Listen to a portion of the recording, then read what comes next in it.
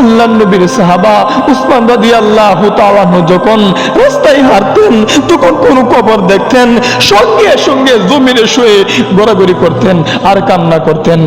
কবর আমার সঙ্গে কেমন আচরণ করবে? সাহাবা ডাক দেয়া কয়, হে উসমান, আপনি কেন কান্না করেন?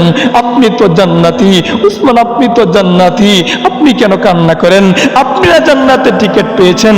আল্লাহর নবীর সাহাবা উসমান রাদিয়াল্লাহু তাআলা বলেন, এ সাহাবারা, আমার বড় ভয় হয় এই যে অন্ধকার কবর। নবী নাকি বলেছেন কবর নাকি চাপ দিবে, নবী নাকি বলেছেন কবর নাকি আগুনে গর্ত হয়ে যাবে, নবী তো বলেছেন কবরের সব বিচ্ছু কামড়াবে। আমার বড় ভয় হয়, জানি না এই কবরটা আমি উসমানের সঙ্গে কেমন আচরণ করে, কেমন ব্যবহার করে।